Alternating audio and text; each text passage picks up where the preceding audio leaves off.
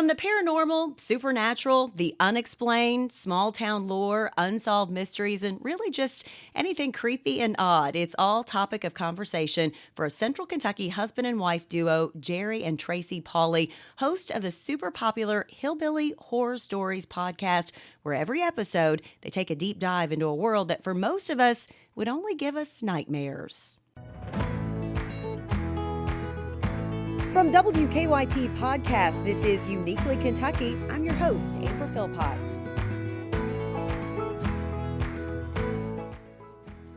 Hello, everyone. It's been a few weeks since I've been here with you on Uniquely Kentucky. I was away on what I would consider a trip of a lifetime. I was able to travel to Hawaii and host a WKYT trip with some of our viewers. We took in the sights and sounds of 3 incredibly beautiful islands there. If you've never been, I hope that you make it a bucket list item. I hope and pray that you get a chance to go and see all of God's beauty on display because, man, it was incredible. So I tried to take as many pictures as I could. So if you go look me up on Instagram or Facebook, I have bombarded both of those feeds with pictures. So go check it out. It'll make you feel like you're in the Hawaiian Islands while we're here in Kentucky fall. But now back to Uniquely Kentucky. We've got some guests coming in. I've been holding these people until right around Halloween because it was very appropriate. We are on the heels of Halloween, that spooky holiday where ghosts and goblins and, of course, scary stories take center stage. My guests today, they are pretty well schooled in that area. They host their own podcast, so take a listen. Hey guys, and welcome to episode 169 of Hillbilly Horror Stories. I'm Jerry. And I'm Tracy. All right, as far as this week's show, it's the Halloween season, and I wanted to try to think of a topic that we haven't touched on much, and I ran across a story about a car that was the inspiration for the movie Christine. That movie freaked me out. They are the host of the wildly popular Hillbilly Horror Stories podcast. It's produced right here in Lexington. Please welcome the host, Jerry, and his wife, Tracy, the Paulleys. Guys, welcome. How are you? Good. Thank you for having us. Yes, we greatly appreciate it. And we don't mind you holding on to us, but you could have at least fed us during that, 3 months we've been in the studio. I did get some pineapple. I could go. feed you pineapple. It's about all I got, right? Sounds wonderful. I'm on a pineapple kick after Hawaii. Oh, I bet. Guys, I found you because you all sought out our Bill Bryant to give him a business card, and I held on to it. I'd researched you, but I thought, I've got to hold on to them closer to Halloween. Here we are. Time flies. Did you guys ever think that you would be hosting a podcast, together, and that it would be so darn popular? No, not at all. You hope, but I tell people there's all kinds of people that come to us and say, hey, I want to start a podcast. Can you give us advice? And the first thing I tell them is if you're doing it to make money, you're probably not going to. Less than 1% of podcasters out of 2 million podcasts out there make money. And the reality of it is that's not the reason to do it. You do it because you have a passion for whatever it is you want to podcast about.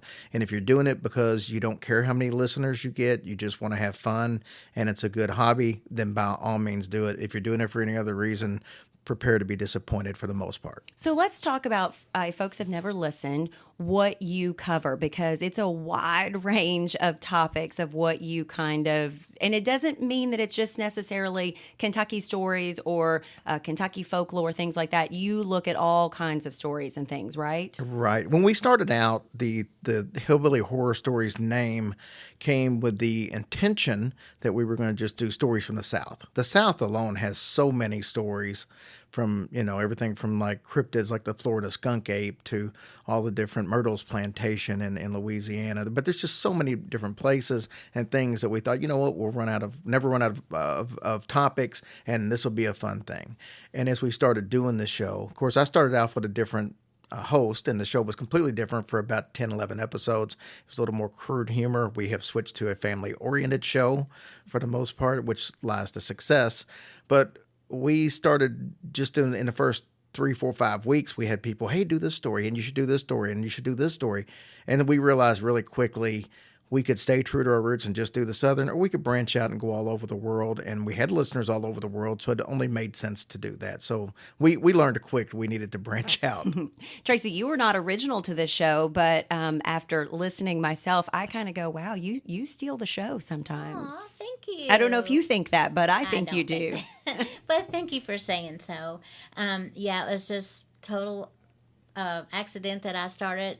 Ricky was sick one day, and he's like, "You're gonna have to fill in," and I'm like, "I don't know anything about the stories. I don't know like anything," and he goes, "Just let me tell the story, and you just chime in." And basically, that's what I do. So when you guys hear these stories, I really don't know what the story's about.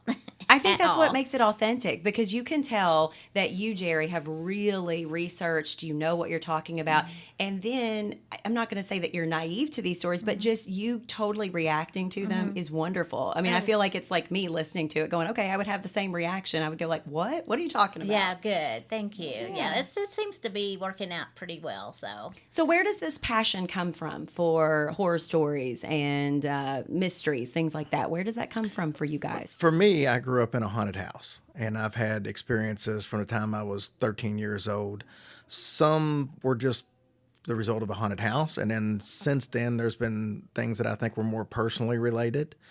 So through all that, I've always just had a fascination with the paranormal, and and I'm 51 now, so we're going back through a lot of years. If that started back when I was 13. Yeah, talk to me about that. Not everybody gets to say they lived in a haunted house.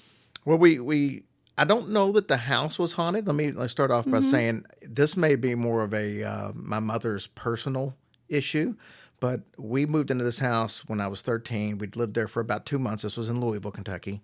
And about that time, my great-grandfather passed away, my mom was so attached to this gentleman that's who raised her. And when he passed, it completely changed her life. She went from this totally outgoing person to always sick, really depressed.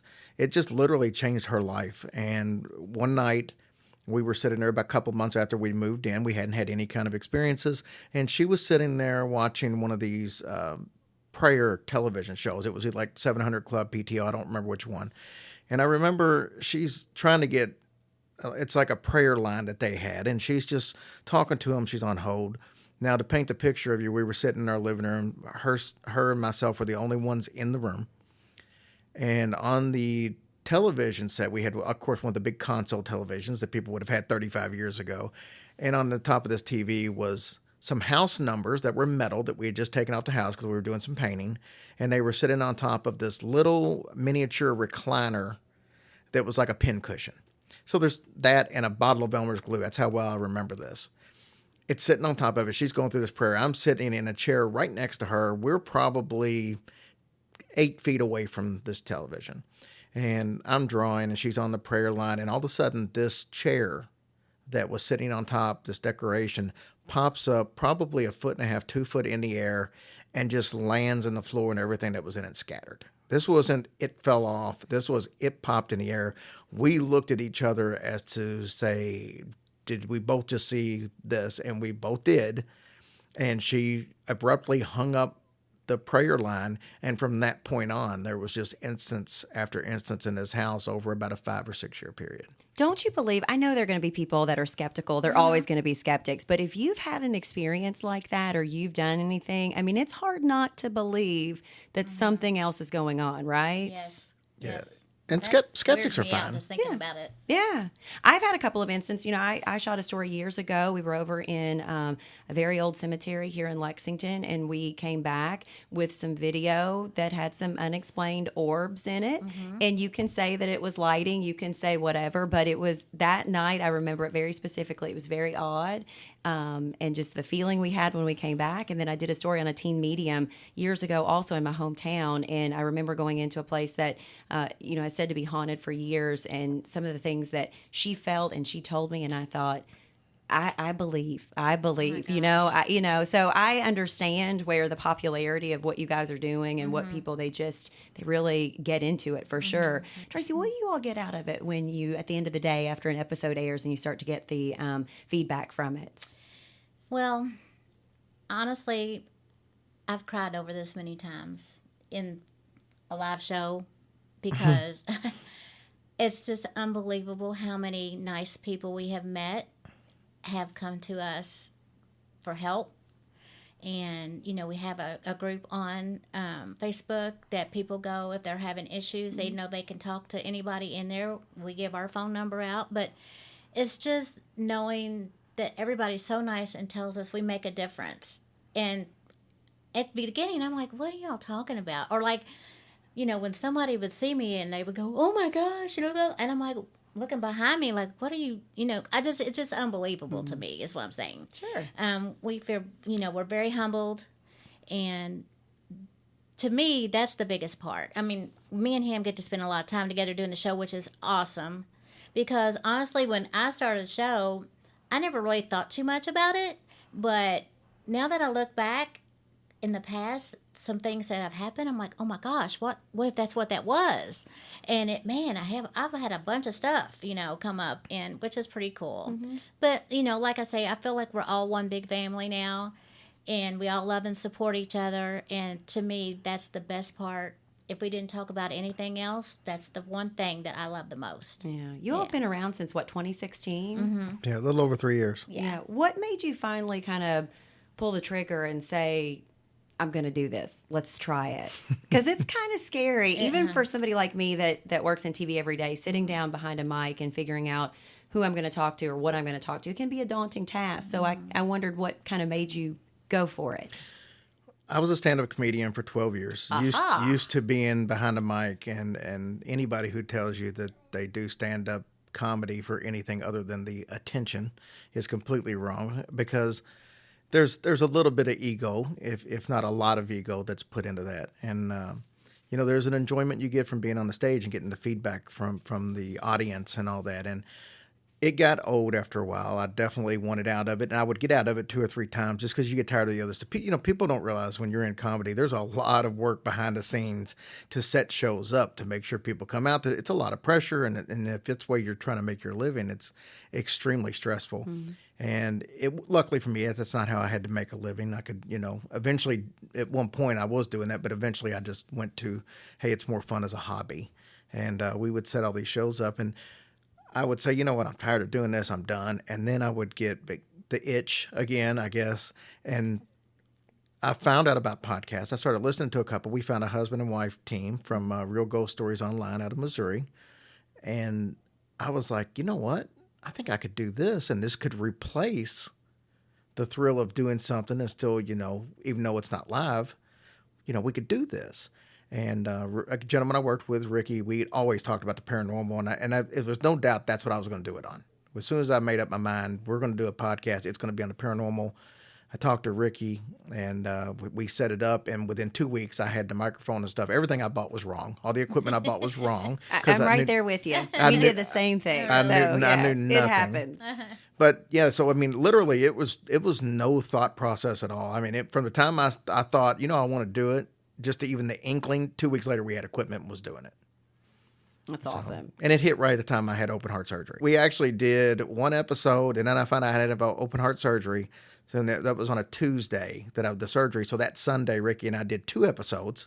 So we could do that Sundays and the Sunday after. And then, but we never skipped a beat, never missed a show. Well, we're glad you're doing well, first of all, with that, and glad that the podcast is taking off. Let's talk about some of your all's favorite episodes, favorite stories, things that really get you going when you talk about paranormal and ghost and crazy activity. Well, I think my favorite ghost story of all time is the Bell Witch. I just think there's so much documentation that went on from everybody from Andrew Jackson down to just, all the people in the family. There was a whole cemetery that witnessed stuff, during funerals. And I just think it's the most believable story out there just because of all the witnesses. So that's always been my favorite paranormal story. Okay, Tracy, do you have one? I mean, I know this isn't your total world and your total passion, but you've kind of fallen into it. So has there been one that's kind of been, wow, that's crazy? Well, a lot for me is the rock and roll occult thing, because I'm like, what the heck? Like Hotel California, we did a story on that. And now if you listen to the words, yeah, we broke down the lyrics. You're like, oh my gosh, I've been singing this song and it's horrible. It's a horrible thing. You know what I'm saying? So I like those a lot. I'm not big on the True crime. true crime. They rip my heart out. I Right. cannot. There's no way. I don't see how. I mean, people do them. People love them. I just cannot. Sure. I can't. And we So- don't do a lot of Oh, true we only crime. make We, what 2 or 3 maybe. well, there's Yeah. probably closer to about 7 or 8. Oh. But if we do true crime, there's some kind of a creepy aspect to it, like we did H.H. Holmes in Chicago. So that one's just creepy because he's literally built a murder castle where Yeah. he killed people. Yeah, this is And so and sad. and we've done the Chicago Ripper crew. That they were some satanic rituals and stuff involved in that. And the West Memphis 3, same thing, possible satanic Sure. rituals. So that if we do one, it's usually got something to do with that or voodoo so there's a creepy aspect to it. The story we did, it's one of my favorites now that we're on that subject. It was the Zach and Addie story yeah. from New Orleans because that was briefly a story where he was a veteran from the Iraq during the Iraq wars, and this was during Hurricane Katrina, and him and her decided to stay put. She was a bartender, he was a bartender. It's how they met. They stayed. They waited out the storm even when everything was condemned and shut down there, and then eventually he just snapped somehow and he ended up killing her and putting her in an oven and then committed suicide. And but they were over top of a voodoo chapel when all this happened and when they were living there. And it's just a crazy story. And the oddest thing about that story at the end we talked about, there was a big documentary came out on it. One of the main witnesses, she ended up committing a similar crime where her and her boyfriend went out and they found an exotic dancer there in town. They disappeared. They ended up, killing her, dismembering her, getting rid of her. And we told that story and we didn't touch on it. Now, this shows you the strength of what can happen if you're not careful. We tell that story and I touched on the young lady. I gave her name on who was killed and I kind of let it go. And about a week later, we got a message from her brother, the victim's brother, telling us how hurtful it was that we did this story, that we rehashed that whole thing, and him and his mom had to.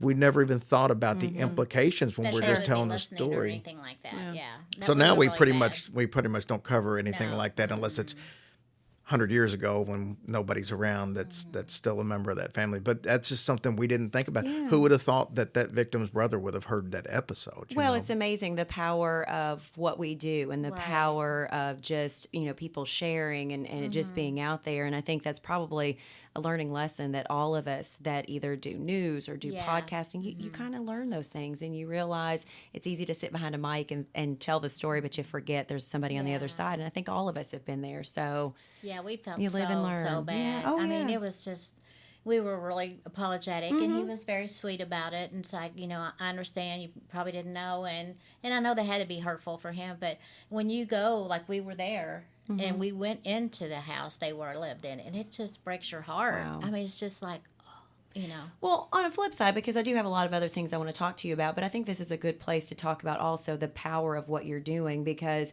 this is obviously for entertainment and for people to listen, but there's a serious side of what you do. And Tracy, you kind of mentioned this, but you guys have created a community for people that if they are struggling with anything really, but you really are doing your part to bring attention to mental health and awareness for people. How did that come about with this podcast? It's twofold. We did a story on the Japanese suicide forest, and I thought it was important, since we were doing that story, to put something at the beginning, about if you're struggling or something like that, since it was on topic. But then from that time on, we decided we wanted to do it on a regular basis because in 2001, I actually attempted suicide. And luckily, it didn't work. And, I couldn't see the light at the end of the tunnel back then. But now it's like my life couldn't be better. And everything that's happened, in the last 18 years wouldn't have happened if I'd have been successful. And I felt like that we had a platform. We were getting 30,000 people listening a week.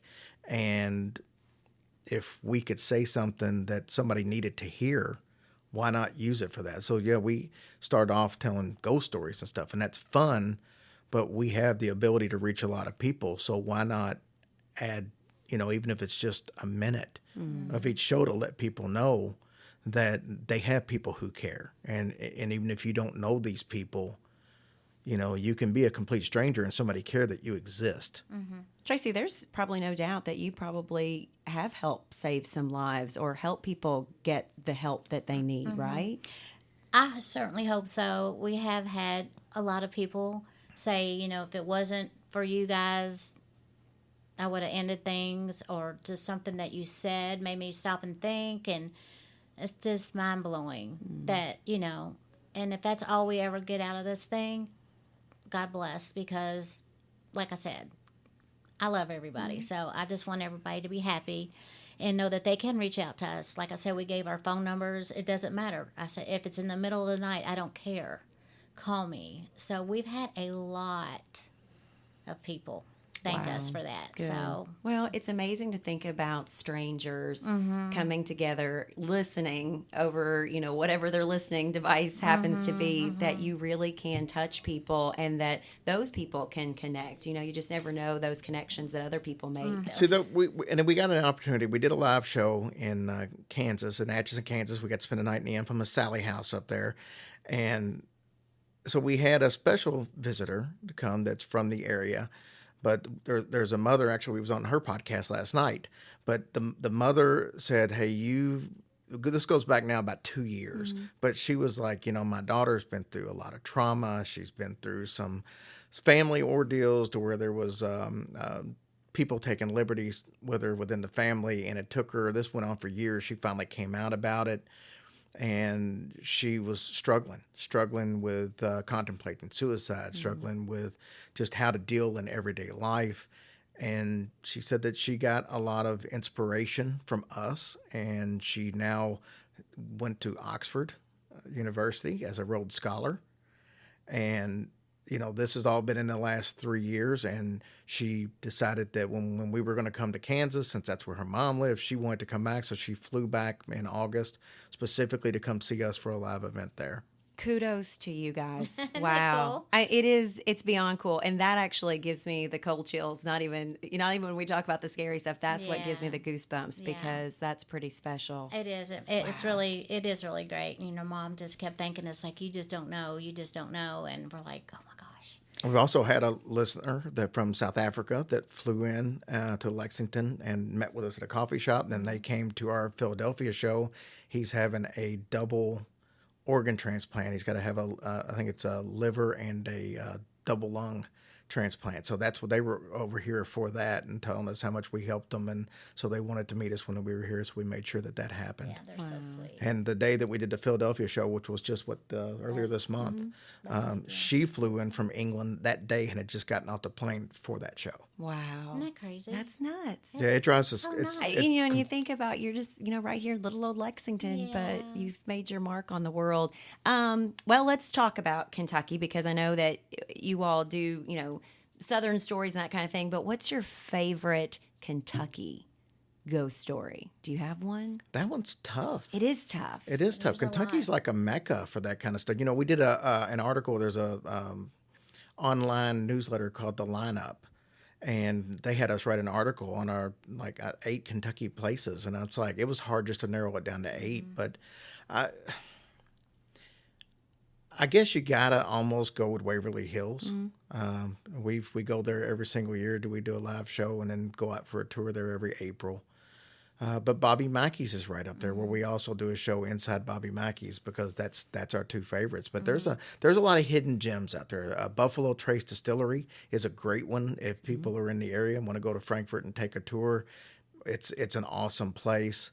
Octagon Hall, which is Bowling Green area, is really cool. It's got a cool backstory. It's actually shaped just like an octagon, but back in the 1800s, there was a little girl who got too close to the fireplace, dress caught on fire. She burnt up, unfortunately, and she haunts the place. So they've got a lot of cool stories there.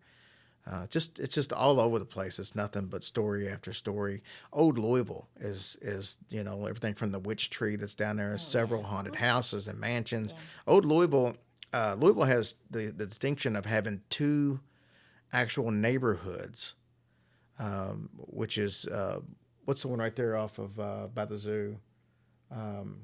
where the mine or the Camp Taylor. Camp Taylor, yeah. Camp Taylor and Old Louisville are both haunted neighborhoods. The entire neighborhood's haunted. And so I think that's the only city that has two neighborhoods that can even say that.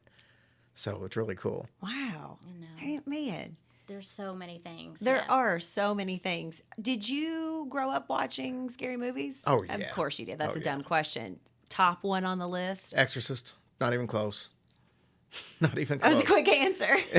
That was a quick answer. That's was my very, favorite movie of very all disturbing. time. Tracy, I'm going to peg you as someone that it was not a huge scary movie lover, No, right? Yeah. I have to force her to the ones we go to today. You and I are probably in the same category. Hocus Pocus is Oh, where I go my- first. You have That's my no girl. idea. That's my girl. That's what I I'm figured talking that was about. going to hurt his feelings, but I felt like you and I might connect on Hocus We Pocus. certainly do. I don't like that scary stuff. We went to a haunted house at Eastern in Pen- State Penitentiary Yeah. up in Philadelphia. yeah, Oh. and let me tell you, that was crazy. Enough for you to be like, It was so. I mean, it was really really cool, but poor Jerry. I think I probably had his arm ripped halfway off of him by the time we got out of there. well, I'm checking. They're both still attached, so he's good. yeah, I'm just not big on him. I could have been one of the props by the end of it. Oh yeah, you could have. I would imagine, though, I mean, this is just something that is so popular. I mean, it's its own kind of cult world, if you will, for just, and you could break it down, I guess, into so many different areas and genres, right? Yes. Yeah. What I think's amazing about, and like I said, I have to focus on what she said earlier, humbling, because we don't think for a second that we're celebrities or anything, Lord, no. but people, when they come to us, I mean, they're like sometimes shaking. They're tell about the young lady up in Point Pleasant. Oh yeah, she was just like her boyfriend actually came back and said she really wants to talk to you, but she is so scared, and and he kept on walking, sort of like one of those things, and I was just like, wait, what? You know what I'm saying? And then they were like, I can't believe you're at the door taking money, and I'm like. It's bizarre. Yeah. And she came back in, and I said her name, and I said, "Oh, I just wanted to thank you," because they like drove from Michigan or somewhere. I said, "I just wanted to thank you for traveling so far," and she just was like, like shaking. She goes, "Oh my gosh!" And I'm like, Aw. "Oh, bless your heart." Yeah, I said, "You're the absolutely. sweetest thing." That's amazing. So that just fills my heart Yeah. so much. That's, Yeah. that's When a we- good feeling. Oh, it is a good. When we feeling. do these live events, we have people on average come from 13 states. Wow. Isn't that And it that's just crazy? blows Yeah. us away that anybody would just get in the car and drive 8 or 9 hours, or somebody would buy, we did a show here in Lexington, the only one we've ever done, and we had a gentleman fly in from like the Seattle, Washington area, and it's like it just blows me away. And then the people we get to talk to on a regular basis. I mean, we're at an event with Nick Groff from Ghost Adventures, and it's like that's What? Nick, that's Yeah. Nick Groff. And he's just talking to us like we're one of them, and we just don't feel like No, that's sure, us. no. But I mean, like on our show, we've talked to Andrea Perrin, who The Conjuring was based off of, Chad Lindbergh, who was Jesse from The Fast and the Furious, but a paranormal investigator, of course, Amy Burney and Adam from Kindred Spirits. We've talked to them. Grant Wilson's been on the show. So we get all these people, and we're like, these are people that we see in the movies and on TV, and we're able to just talk to them and text them, and it's just every day we have to pinch ourselves. Yeah. Yeah. And we should say that you both have day jobs. I mean, this is like kind of your also side gig, right? Yeah. Yes. Favorite place that you have been able to visit, not necessarily to do one of your shows, but just one of those places that was on your bucket list to go see what it's all about. I got to do 3 of them in the Okay. same day. Oh, big bucket list item. When we went to Philadelphia, I got to go to Eastern State Penitentiary, which, for those who don't know, it was pretty much the idea came up by Benjamin Franklin. This thing looks like a Gothic castle, and it's got horrible stories you can read up Oh, on it it's or just listen so to our sad. episode on it. Okay. But we got to go to that. We got to go to Penhurst School earlier that day and do just a private tour. We had the place all to ourselves. And then I got to go to see the infamous Rocky Steps at the Art Museum there in Philadelphia. Oh, he tried to run up them. I was going to ask. He died. Did we run? He got up Did to about we? 5, and then he fell and did a whole thing. I have a video. It's on video. Okay. At least it's documented. Guys, where can people find you? To listen to the podcast, but then also to keep up with you if they want to see where your next live show is going to be. Hillbillyhorrorstories.com is the see-all for merchandise to see our new shows. We haven't put the new shows up yet, but I can tell you next year it's going to be awesome. We're doing a show in Savannah, Charleston, Gettysburg, inside Bobby Mackey's, Louisville. Then we're doing a Waverly Hills tour afterwards, and many, many more. Indianapolis. So trust me, there's going to be tons of fun places to do shows that are destinations. Pigeon Forge. We did that just because we like Pigeon Forge. Mm-hmm. But that's the best place. Facebook, you can find us. If you Google us, you'll find all that. Sure. We're available on every platform to listen to. But if you go to Facebook, go to Hillbilly Horror Stories group. It's going to ask you some questions to get in. Just put in Amber Philpott, or you can put in WKYT. You don't have to listen to the show. Sure. We use that group specifically. There's some podcast stuff in it, but for the most part, it's a support group. It is a closed group, or if you don't feel like you have somebody you can talk to about some issues, or maybe you feel like you just need somebody to talk to because you're depressed, come in there. Feel free. If you just roam around in there, if you don't want to say anything right off the bat, and just look and see. If somebody says, hey, I'm having a problem, I just lost my job, this and that, you will have 30 people reply with some encouragement within 5 minutes. Wow. And that's what that's for. When we started that group, it was specifically for that. You can go to our regular page if you want to see podcast stuff or shows and all that, and we put some of that in there. But that group is primarily not for the show, but for you, the listeners. Awesome. And if you're not a listener, that's fine too. We welcome you. We just want to help out if you need somebody to talk to. Guys, you all are doing something amazing. I mean, you record right out of your bedroom at home, and you're touching people around the world, both with some entertainment, but also with some real world stuff. So kudos to you guys. I can't say that enough. Thank you. Got big plans for Halloween? Did you people that live in this world all the time even get crazy about Halloween, or is it just another? Yeah. No, okay, it's like a second Christmas. Yeah. So we don't have any big plans though. We've been traveling so much this month. I mean, we went to New York, we went to Philadelphia, we went to Point Pleasant. But we are going to. Yeah, we're going to Bardstown. Sorry, Bardstown at the Talbot Tavern, also another one of those great haunted places right next to the Jailer's Inn, also haunted. We do a give back show there, so we don't charge admission. We don't get any kind of tickets. We were invited to be a guest, and the very first live show we ever did was there over 2 years ago, and we wouldn't have even had the idea to do live shows if they hadn't invited us out. And we were like, man, you know what? They wanted us to come back out, so we do it for free as a thank you to them. This place is really cool too. Awesome. If you ever get over that way, you need to check it out. Awesome. Well, we will do that. Give them a listen. They're Hillbilly Horror Stories, Jerry and Tracy Paulley. Guys, thank you all so much, and happy Halloween to you. Thank you for having us.